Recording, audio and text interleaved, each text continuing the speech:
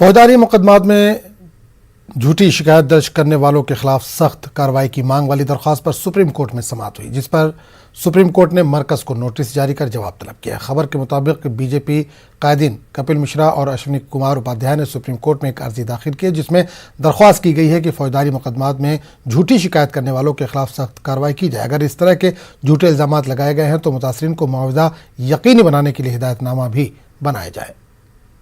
आपराधिक मामलों में झूठी शिकायतें दर्ज कराने वालों के खिलाफ कड़ी कार्रवाई की मांग वाली याचिका पर सुप्रीम कोर्ट में अहम सुनवाई हुई। मामले की सुनवाई करते हुए सुप्रीम कोर्ट ने केंद्र सरकार को नोटिस जारी कर जवाब तलब किया है। आपको बता दें कि सुप्रीम कोर्ट में बीजेपी के नेता अश्विनी उपाध्याय और बीजेपी नेता कपिल मिश्रा की तरफ से एक अर्जी दाखिल की गई थी और ये मांग की गई थी सुप्रीम कोर्ट से कि आपराधिक मामले में अगर कोई व्यक्ति झूठी शिकायतें दर्ज करवाता है तो उसके खिलाफ कोर्ट के द्वारा कड़ी कार्रवाई को लेकर एक मैकेनिज्म बनाया जाए।